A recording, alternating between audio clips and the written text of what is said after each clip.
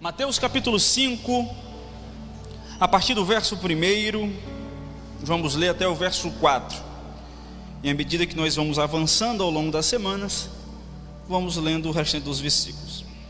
Mateus 5 diz assim: E Jesus, vendo a multidão, subiu a um monte e, assentando-se, aproximaram-se dele os seus discípulos. E abrindo a sua boca, os ensinava, dizendo: Bem-aventurados os pobres de espírito, porque deles é o reino dos céus. O texto de hoje, versículo 4: Bem-aventurados os que choram, porque eles serão consolados. Amém? Pode tomar seu assento. Tomar tempo estudando as bem-aventuranças, para mim, tem sido bastante especial em diversos aspectos, porque primeiro tem me ensinado, de alguma maneira, pelo menos eu, não sei você, mas em muitos aspectos eu tenho vivido diferente daquilo que eu imaginei que eu deveria viver. Porque as bem-aventuranças não se trata primeiro daquilo que eu sou para com o próximo. As bem-aventuranças primeiro começam com aquilo que eu sou para comigo. Não começa com as minhas atitudes para com o próximo. Tudo que eu faço com o próximo, com o outro, com a igreja, com a comunidade em qual eu vivo ou convivo, é consequência daquilo que eu sou internamente. E como eu falei nas outras vezes, as bem-aventuranças, se eu pudesse resumi-la, ela se trata da cultura ou dos aspectos que todo cristão deveria viver e exalar.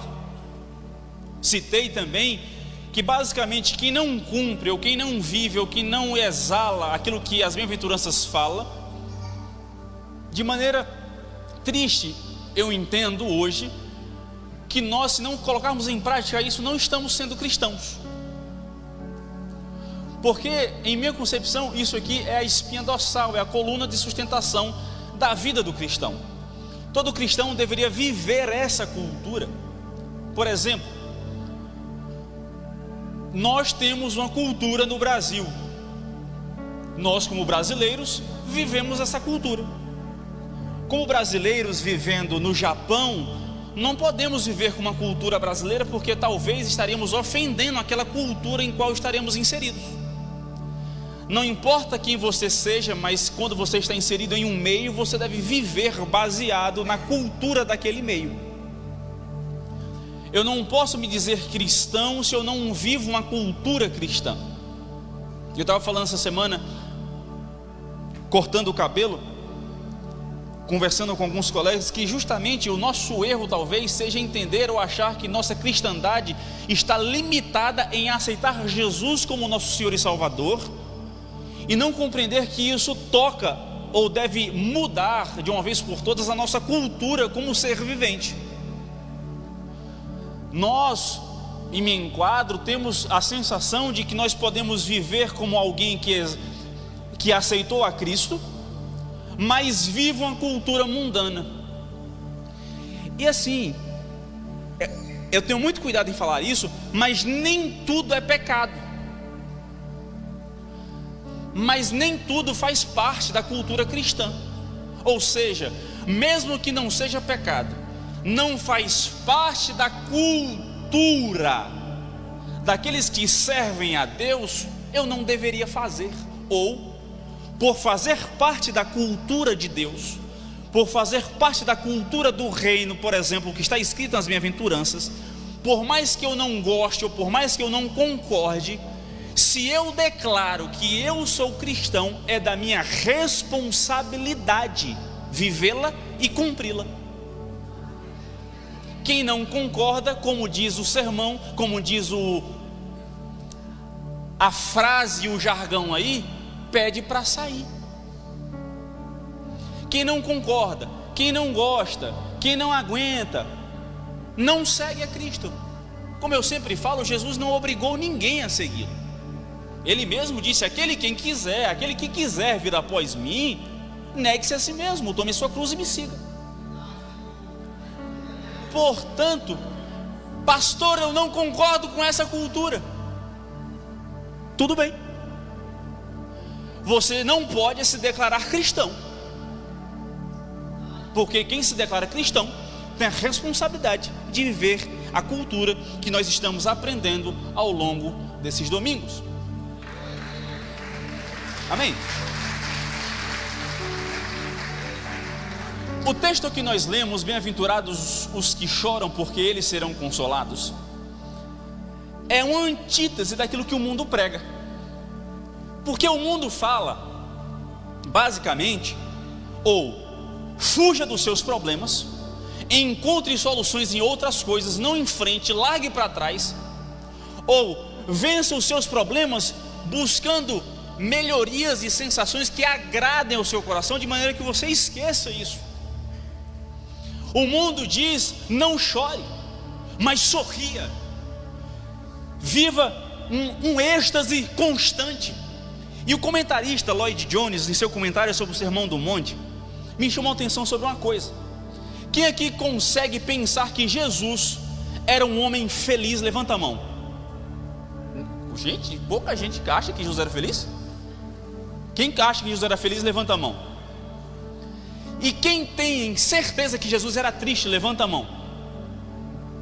Quase ninguém. Mas quantos versículos vocês já viram e já leram que Jesus chorou? Alguns.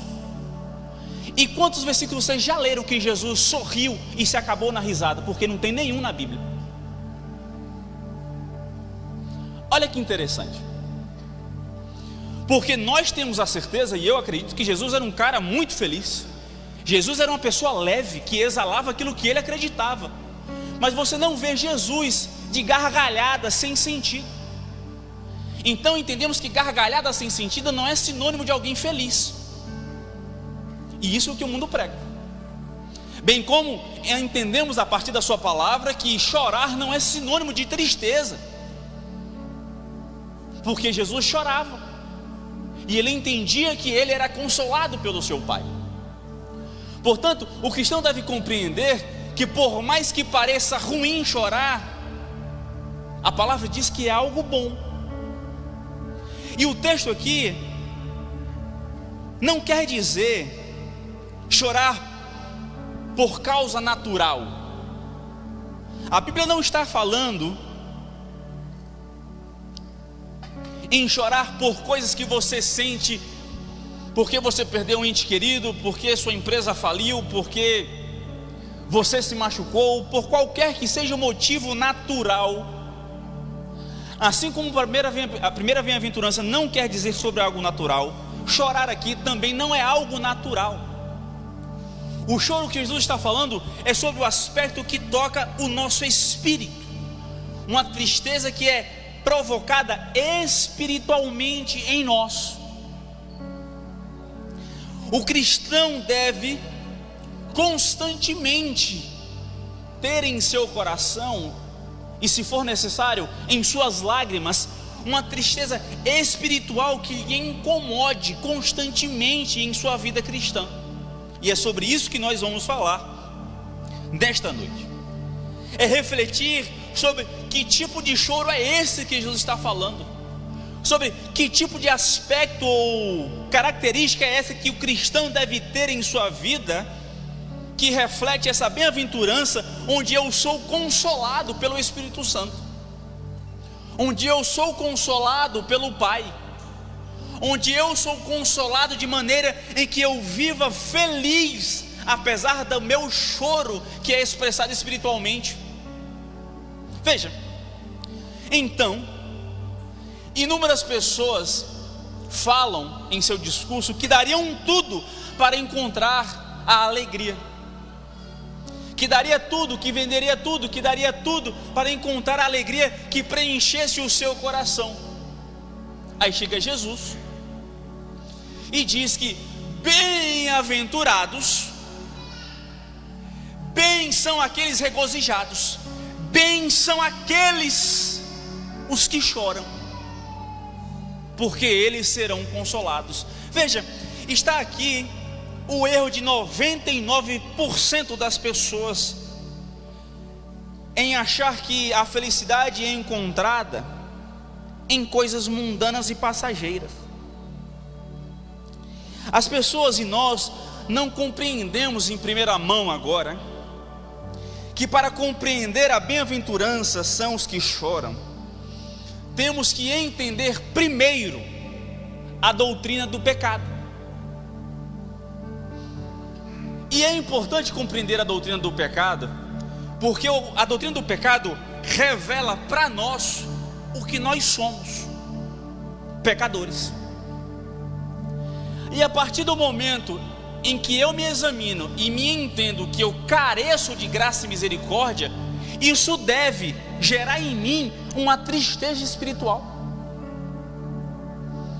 Só que o que está acontecendo em nosso meio agora, de maneira geral, como igreja, não somente essa, mas em todos os lugares, são igrejas que não pregam mais sobre o pecado, igrejas que não falam mais que nós erramos, que nós pecamos, que nós não merecemos, que nós não somos merecedores. As igrejas estão agora trabalhando um discurso que massageia o nosso ego, de maneira que nós sentimos que somos merecedores, mas o pecado nos tirou o direito de merecer qualquer coisa. E a compreensão de que não merecemos é o primeiro passo para que a tristeza espiritual e o arrependimento seja gerado em nós. Porque a tristeza mundana, segundo a palavra de Deus, gera morte, mas a tristeza, segundo Deus, gera arrependimento, ou seja, consolação. Portanto, precisamos compreender, e isso não pode nos ofender, é compreendermos que a palavra diz que nós somos pecadores e ponto. É entender que não somos merecedores, é entender que cada um de nós aqui pecamos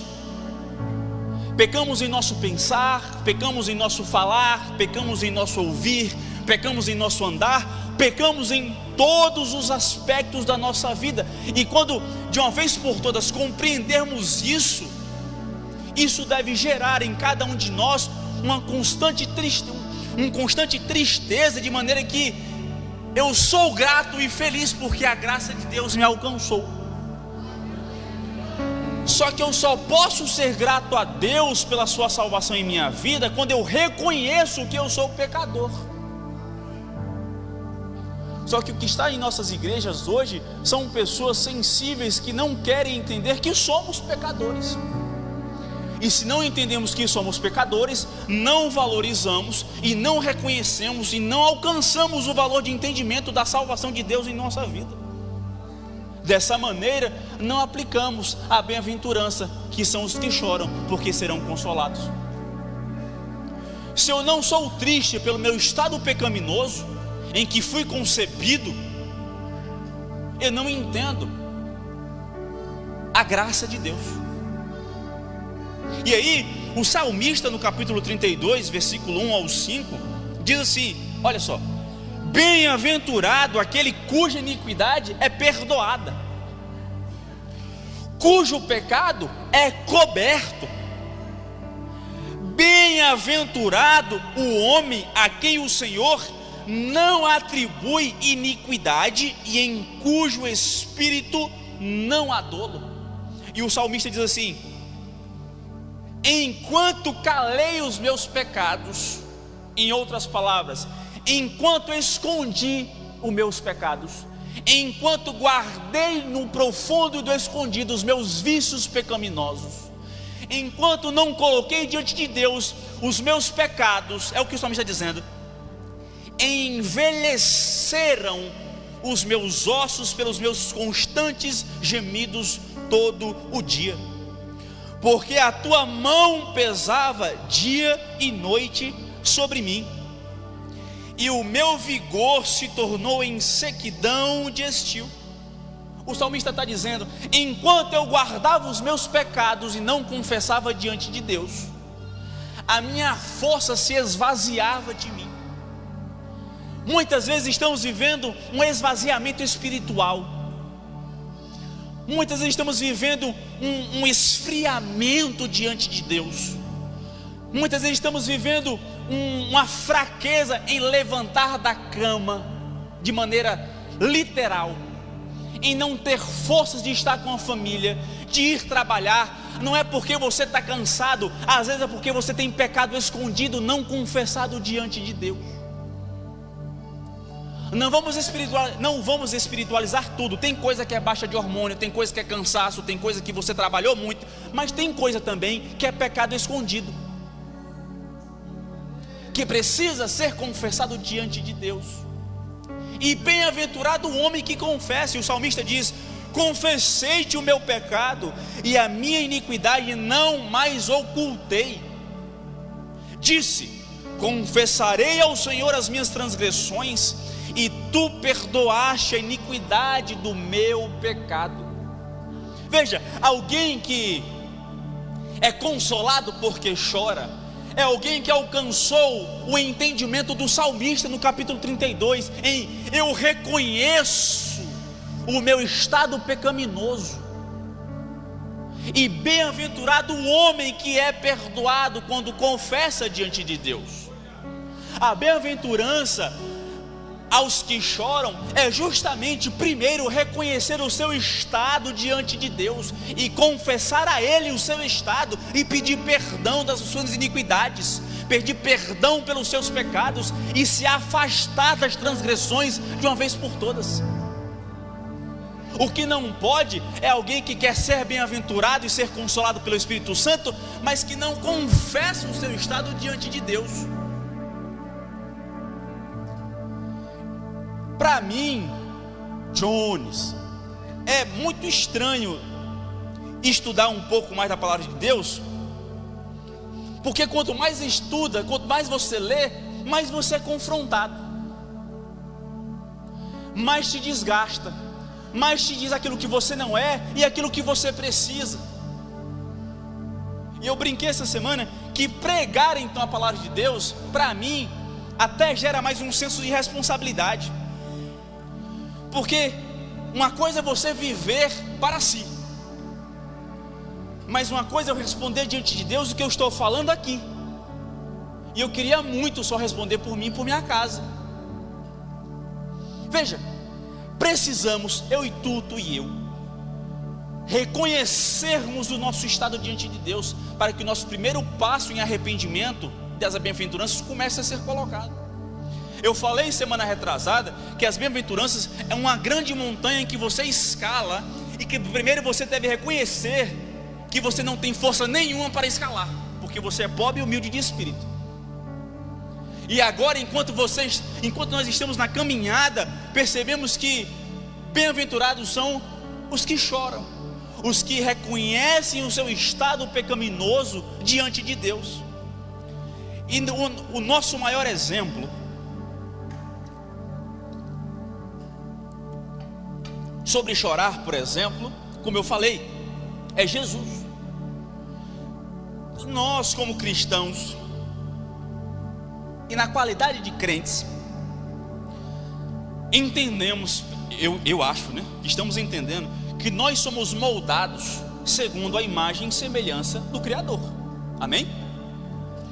Nós entendemos que, como crentes, e em nossa responsabilidade, se nós confessamos que Jesus é o nosso Senhor e Salvador, nós escolhemos negar a nós mesmos, tomar a nossa cruz e segui-lo. Ou seja, devemos fazer e cumprir aquilo que Ele fez. Jesus é o primogênito entre muitos irmãos, é o que Paulo fala aos Romanos.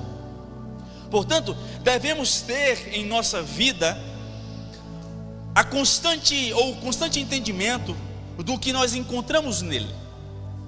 Porque quando nós vemos o que Jesus é, nós percebemos aquilo que nós devemos ser. E é nesse ponto em que nossa tristeza deve ser revelada, porque nós devemos perceber quão distante nós estamos de ser como Ele deseja que nós sejamos. A nossa tristeza espiritual é reconhecer que nós estamos muito distantes de ser aquilo que Ele espera que nós sejamos, seguindo a Ele.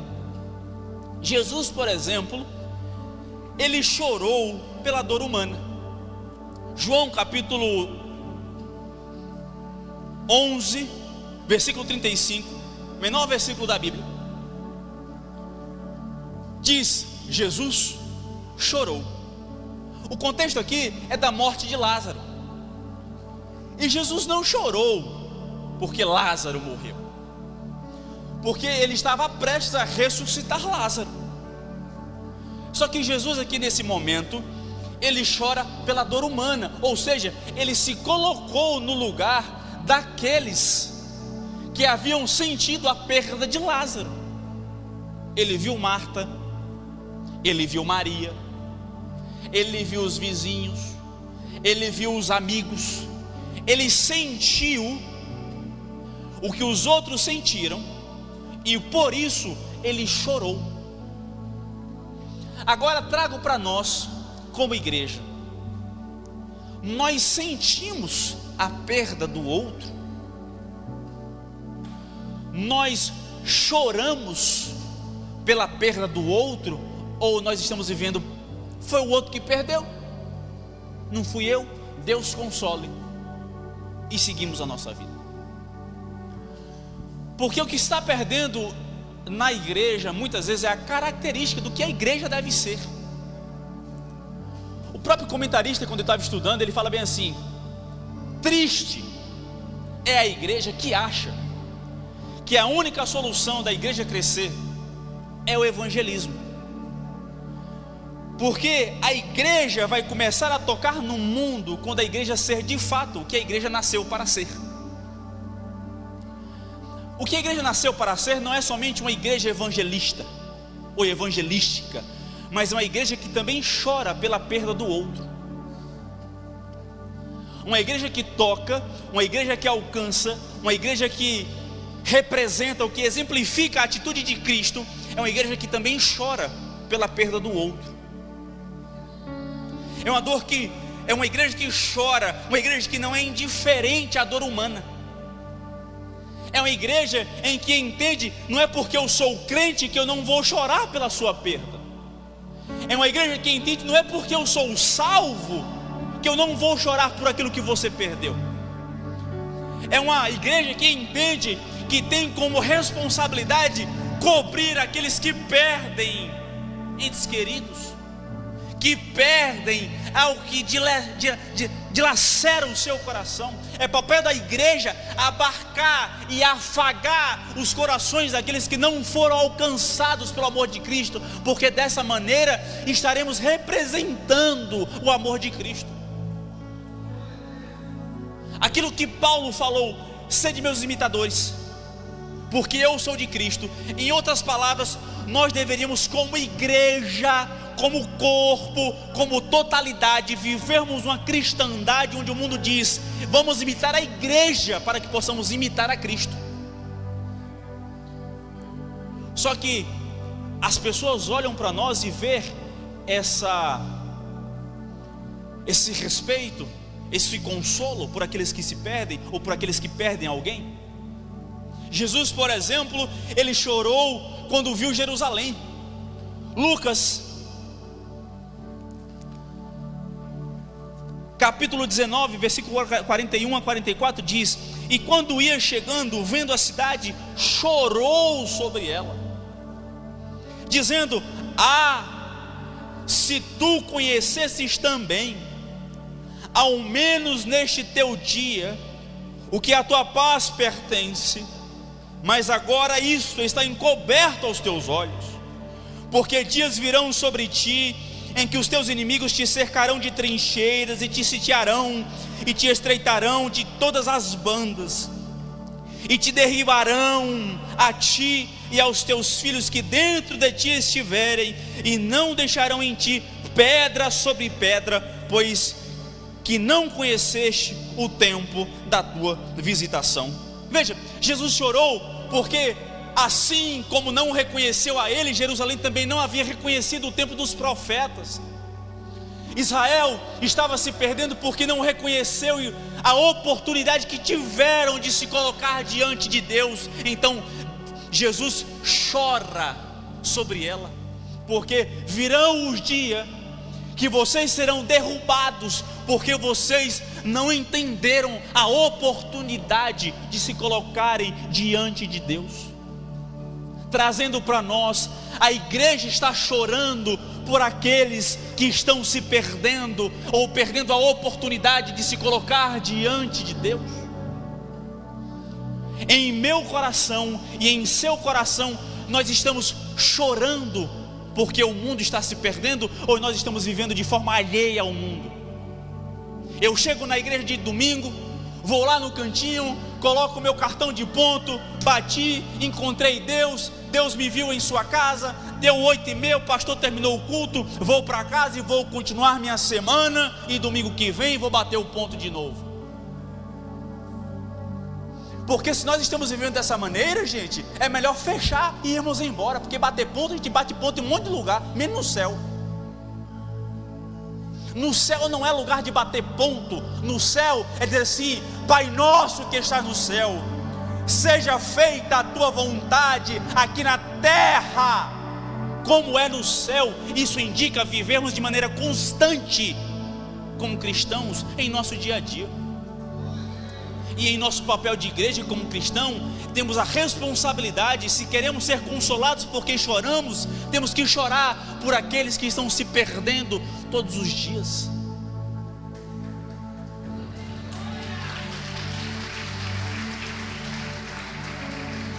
Chorar não é viver de maneira alheia, mas entender que tudo e toda oportunidade é uma oportunidade de falar do amor de Deus. E se necessário, use palavras. Devem ver em nós as ações de um cristão, a mentalidade de um cristão, a cultura de um cristão. Ei, é para o mundo dizer assim: esse cara, essa mulher não é daqui. Tu é da onde? Eu sou do céu, estou aqui de passagem. É refletir a eles a cultura que nós aprendemos através da palavra de Deus. Ou seja, bem-aventurados aqueles que choram, porque eles serão consolados. É da nossa atitude chorar por aqueles que não podem chorar pelas suas almas que estão sendo perdidas. Jesus, ele chorou no Getsemane. Capítulo 26, versículo 36 a 39, diz assim: então chegou Jesus com eles a um lugar chamado Getsemane, e disse aos seus discípulos: assentai-vos aqui enquanto eu vou ali orar. E levando consigo Pedro e os 2 filhos de Zebedeu, começou a entristecer-se e a angustiar-se muito. Lucas capítulo 26 diz que ele começou a suar sangue. Então lhes disse: a minha alma está cheia de tristeza até a morte, ficai aqui e velai comigo. Versículo 39, e indo um pouco mais adiante, prostrou-se sobre o seu rosto, orando e dizendo: meu Pai, se possível, passe de mim este cálice, todavia não seja como eu quero, mas como tu queres. Jesus aqui, ele chorou porque ele estava levando sobre si todo o pecado do mundo. Jesus, ele estava se fazendo, ou estaria se fazendo, como diz o texto de Deuteronômio: aquele que for pendurado no madeiro é feito maldição, ou amaldiçoado é. Se nós não sermos, ou não temos o entendimento do nosso estado pecaminoso, não reconheceremos o peso que Jesus levou sobre si. Gente, eu não tenho capacidade intelectual para dizer em palavras o nosso estado que somos. Eu estou ficando chateado com um monte de evangelho fraco, vazio, superficial que está sendo pregado por aí. É um rebanho de gente dizendo que a gente pode tudo e a gente não pode nada. É um monte de gente dizendo que o que você sonha, o que você pensa, você vai ter. E triste daqueles da galeria da fé que sonharam, que viram e não pegaram. Ai de Moisés, que viu a terra prometida e não entrou. Eu preciso compreender, e você precisa compreender, que se não entendermos o nosso estado permanente, ou seja, de pecado, não compreenderemos o sacrifício de Cristo na cruz, ao qual fomos alcançados por Ele e pela sua graça e misericórdia.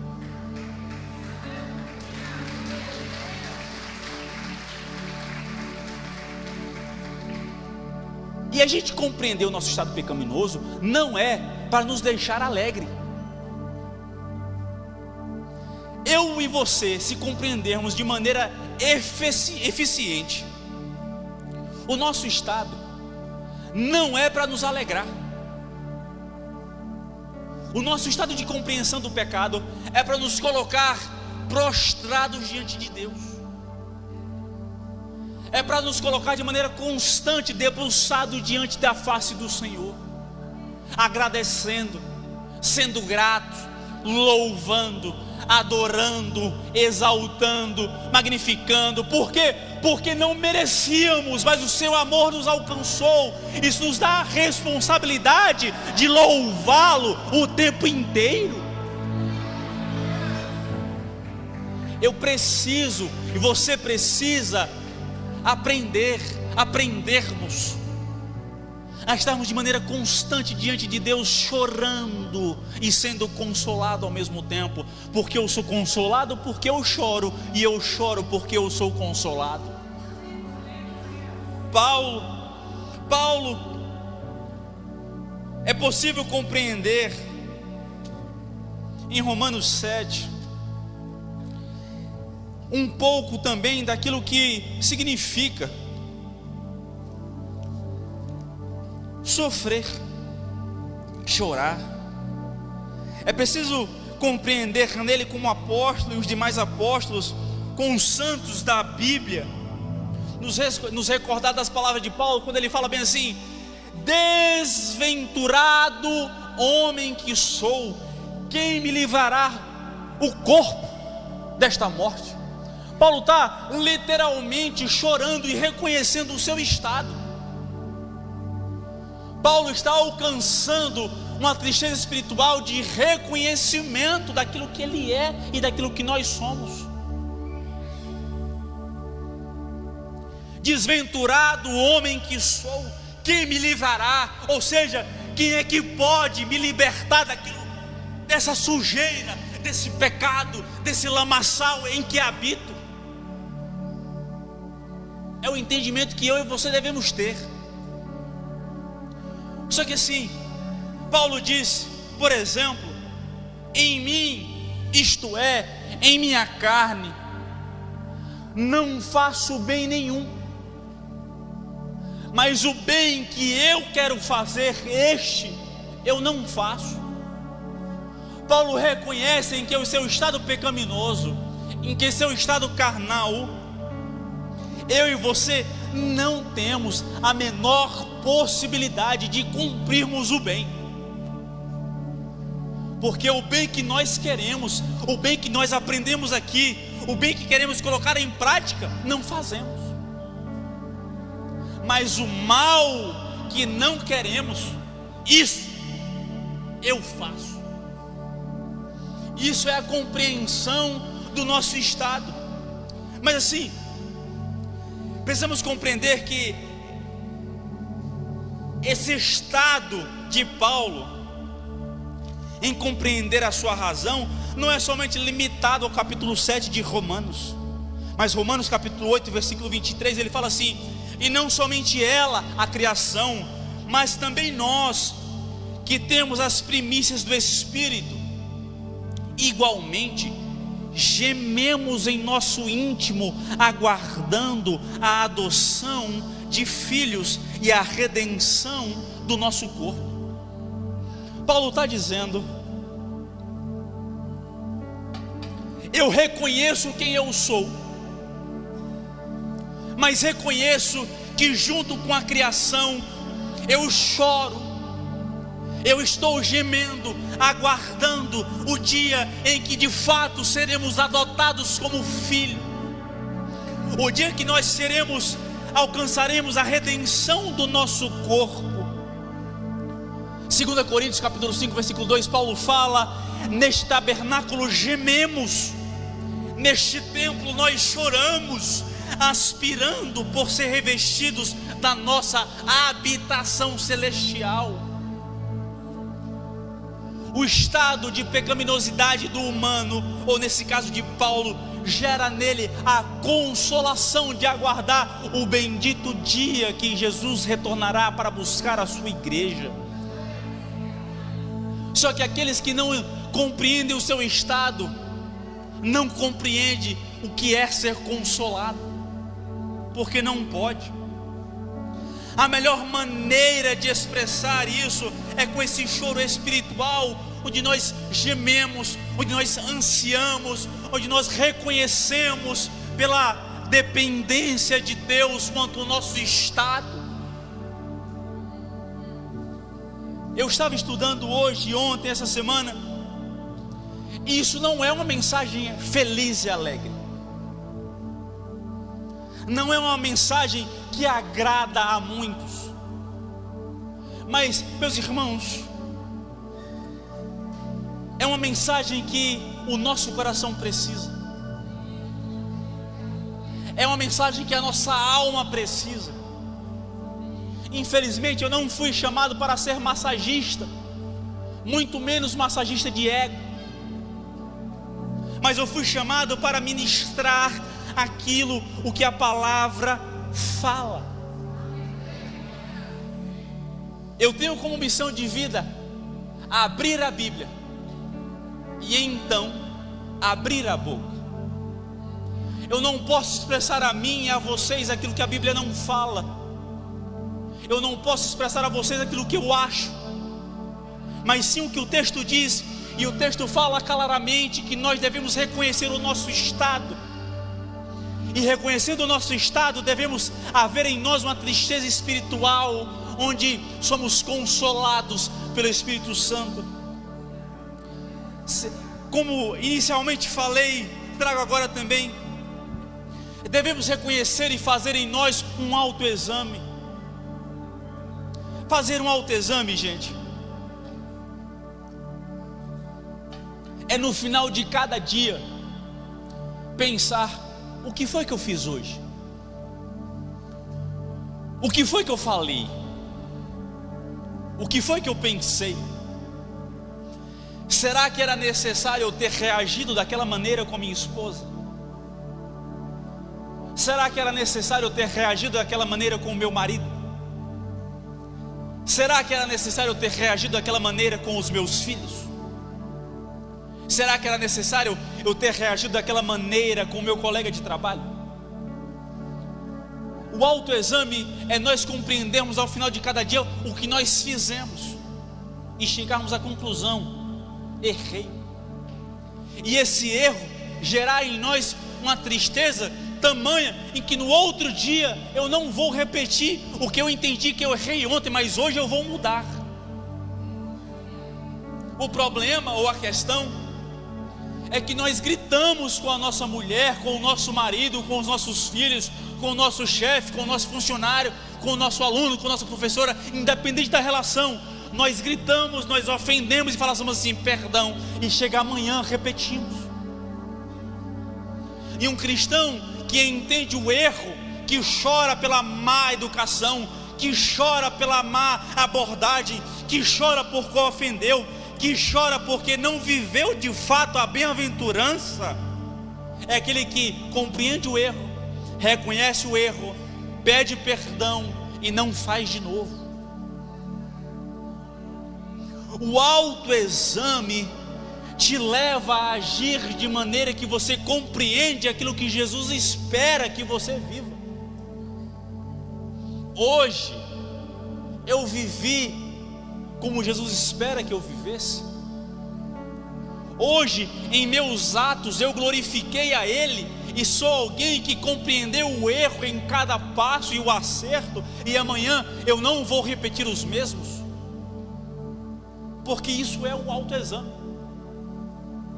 Isso é o reconhecimento em que, se eu errei com Eric, Eu não posso ofendê-lo hoje, pedir perdão e amanhã ofendê-lo de novo. Eric não é um boneco. Eric é um ser humano que tem corpo, alma e espírito. E se eu creio que eu fui salvo por Jesus Cristo como meu Senhor e Salvador, Eric foi salvo pelo mesmo Jesus, e nós iremos para o mesmo céu. Como eu posso tratá-lo de maneira diferente daquilo que Jesus trataria? Mas Eric é só o meu amigo, gente. E aqui eu falo literal. Eric trabalha muito, eu trabalho muito, a gente se vê basicamente na igreja, prega comigo. Mas imagine eu tratar Gabriela, a quem eu vejo todo dia, de maneira pior do que eu trato Eric. Se Eric merece o melhor da minha amizade, quanto mais a minha família que vive comigo.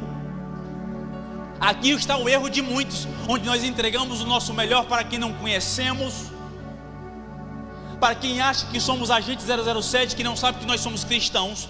Mas para a nossa família, para os nossos amigos, para a igreja que nós vivemos, nós somos talvez o pior exemplo. Está faltando talvez em muitos de nós o autoexame. Como é que eu posso ser exemplo para o mundo se eu não sou exemplo nem para o cristão que está do meu lado?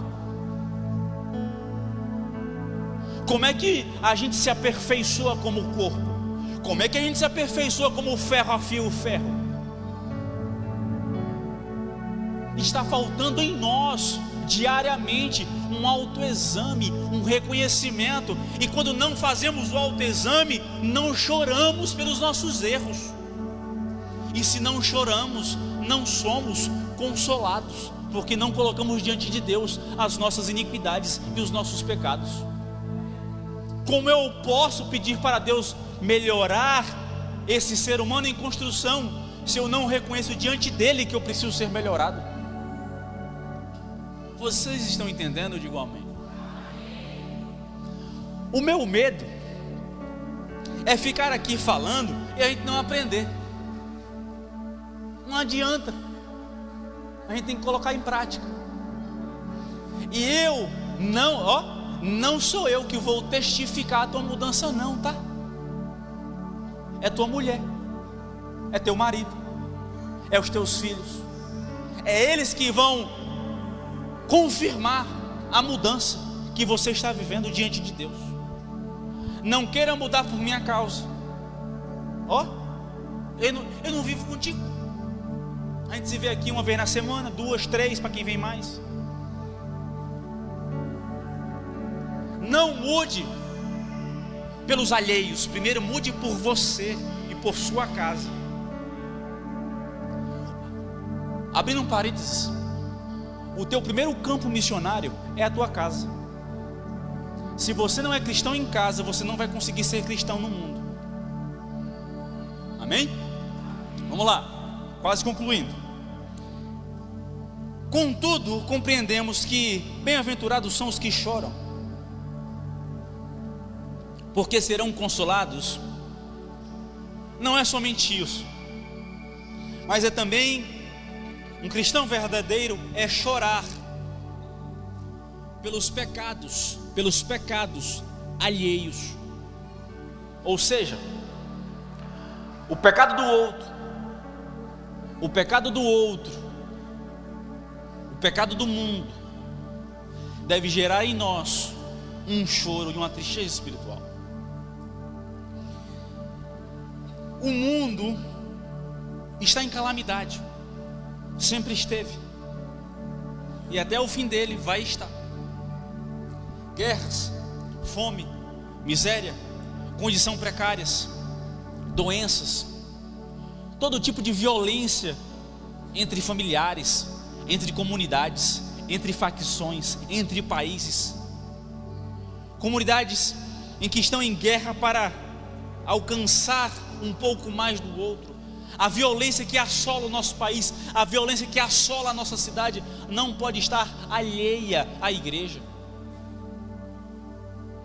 Uma igreja que diz que quer viver um avivamento, mas não vive diminuição de porcentagem na violência, nas drogas, nos divórcios, na prostituição, que não vive constantemente uma aplicação prática do Evangelho no mundo, que tipo de igreja nós estamos sendo? Estamos vivendo de maneira alheia, uma tristeza que não está nos assolando, mas o verdadeiro cristão chora devido aos pecados dos nossos semelhantes. Devemos chorar quando nós vemos jovens, adolescentes, adultos desperdiçando a sua vida com coisas passageiras. Nós deveríamos chorar quando nós passarmos pela Avenida São Domingos, pela Fraga Maia, e vermos centenas, milhares de almas que estão se perdendo, estão desperdiçando a sua vida com coisas que não agregam. Não é sair daqui somente feliz porque entregamos culto, mas não chorar por aqueles que estão lá fora, porque nosso culto não se limita à igreja, mas continua por onde passamos. E aqueles que choram e são consolados são aqueles que choram por aqueles que estão se perdendo. E eu estava lendo esse texto hoje, e eu liguei para o meu pai: pai, me tira essa dúvida aqui, porque o que Paulo está propondo aqui é muito estranho. E eu entendi errado, não é possível, porque se Paulo está dizendo isso, eu tenho certeza que eu não faço o que Paulo está dizendo para fazer. Paulo, em Romanos capítulo 9, versículo 1 ao 3, diz assim: em Cristo digo a verdade, não minto, dando-me testemunho a minha consciência no Espírito Santo. Versículo 2: que tenho grande tristeza e contínua dor no meu coração. Paulo está dizendo que ele está sendo testemunha à sua própria consciência no Espírito Santo. Está em grande tristeza e contínua dor. Verso 3: porque eu mesmo poderia desejar ser separado de Cristo, por amor de meus irmãos, que são meus parentes segundo a carne. O que Paulo está dizendo é que se eu pudesse, se fosse possível, eu me separaria de Cristo para que meus irmãos pudessem ser alcançados. Paulo está dizendo: se eu pudesse, eu abriria a mão da minha salvação para que os meus irmãos judeus fossem alcançados por Cristo. O que Paulo está dizendo é o que Moisés disse: se o Senhor for matar o povo de Israel, me mata, mas não mata eles.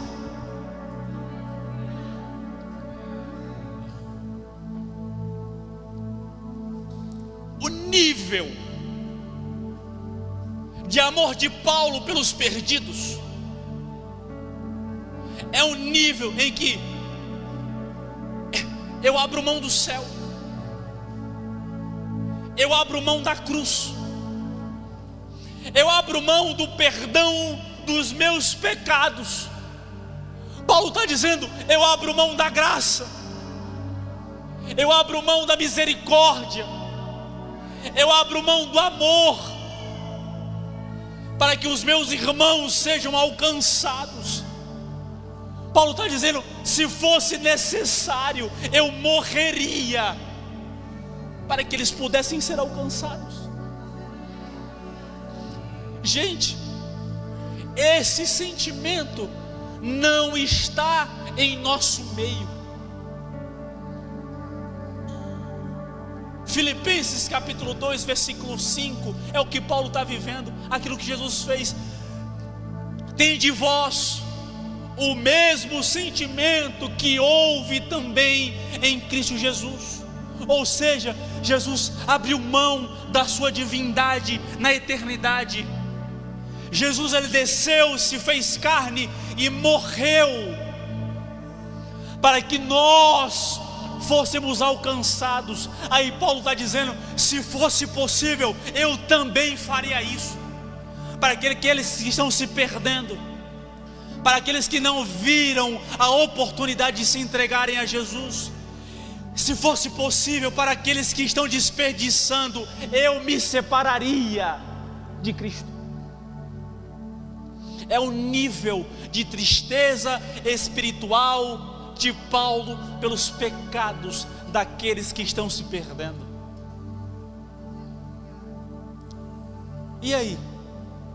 Quem quer ser bem-aventurados que choram, porque serão consolados?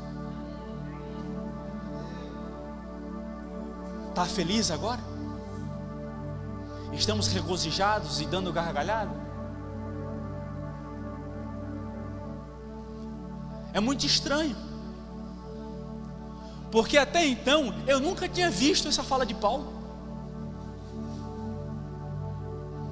O grande apóstolo Paulo aos gentios está dizendo que ele daria a sua vida para que os seus irmãos pudessem ser alcançados. Me entristeceu porque eu estou longe de entender e reconhecer o que é dar a minha vida por aqueles que estão desperdiçando. Veja, cá entre nós, tá? É bem possível que tenhamos, ou que tenho, a capacidade de dar a minha vida pela minha mulher e pelos meus filhos, até porque são meus. Eu coloquei diante do altar que ela seria minha, e eu coloquei diante do altar quando Arthur nasceu e a criança que já foi concebida. Mas uma coisa é o teu amor que Paulo tem em dar a minha vida por quem está desperdiçando a sua vida em pecado, por quem não reconhece o amor de Deus, por quem está cuspindo, difamando, caluniando, perseguindo, ou por quem está alheio a uma vida cristã.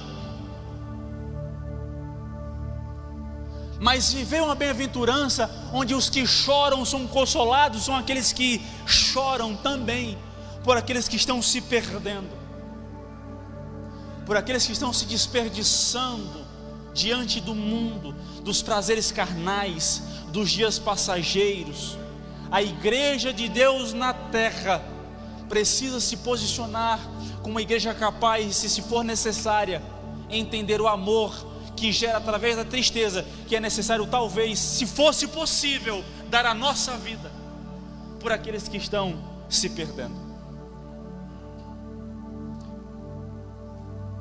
Se coloque de pé, por favor.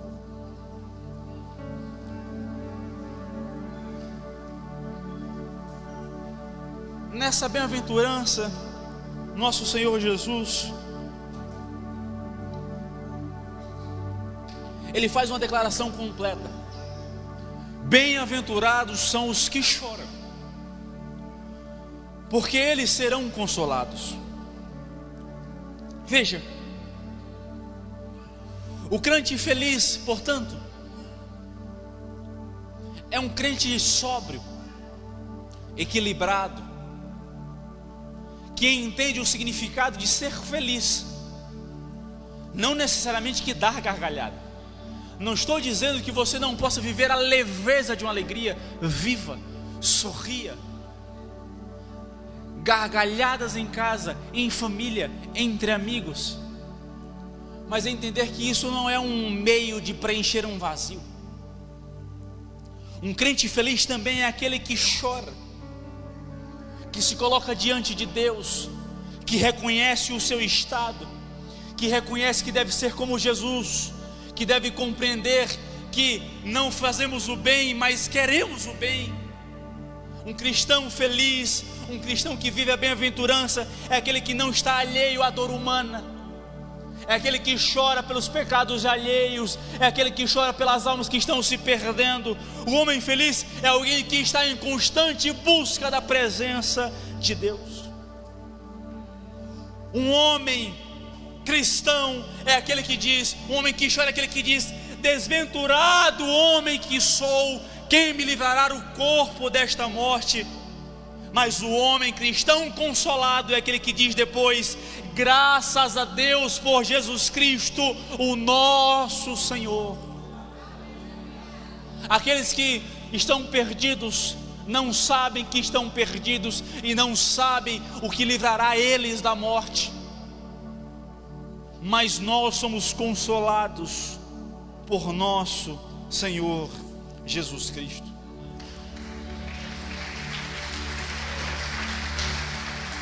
E para concluir, lerei apenas esse texto e concluo e nós oramos. A nossa consolação não é somente o afago do nosso coração, não é somente o afago em reconhecer que nós somos alcançados pelo amor e misericórdia de Deus, não é somente o afago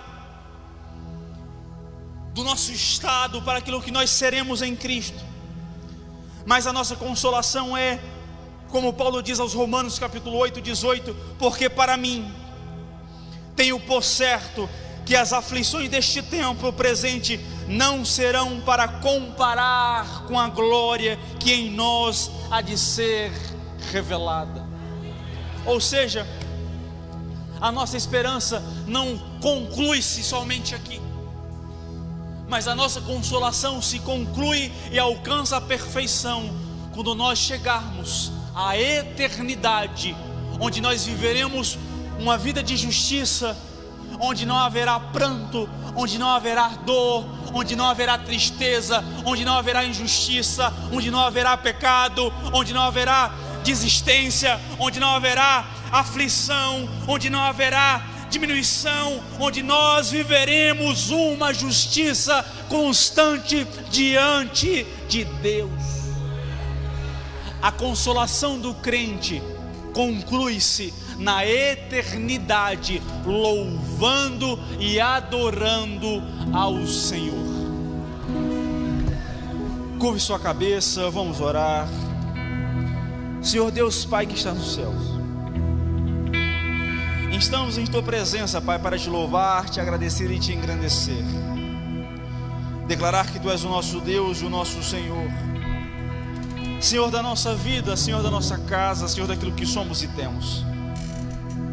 Deus Pai, Te agradecemos, Senhor, pelo privilégio que temos de viver, Senhor, uma vida diante de Ti, uma vida pautada em Tua palavra, Senhor. Não temos capacidade por nós mesmos, Senhor, de alcançarmos a misericórdia, de alcançarmos a justiça, de alcançarmos a Tua graça, de alcançarmos o Teu amor. Senhor, muito obrigado pela consciência, Pai, do que nós somos. Senhor, muito obrigado pelo Teu sacrifício na cruz do Calvário. Muito obrigado, Senhor, pela Tua graça e Tua misericórdia que nos alcança todos os dias e que se renova a cada manhã. Muito obrigado, Senhor, pelo privilégio que temos de louvar o Teu nome, de engrandecer o Teu nome, de agradecer constantemente, Pai, pela Tua misericórdia que nos tirou do pecado, Pai. Mas que possamos compreender constantemente que somos dependentes de Ti, que não percamos, Senhor, o nosso foco, a nossa visão em Ti, Pai. Que não possamos, Senhor, entender que somos por nós mesmos, mas que somos dependentes da Tua poderosa mão. Que possamos chorar, Senhor, em Tua presença. Que possamos chorar pelos nossos semelhantes. Que possamos chorar, Senhor, por aqueles que se perdem, e sermos consolados em Tua presença. Assim Te louvamos e Te agradecemos em Teu nome. Amém.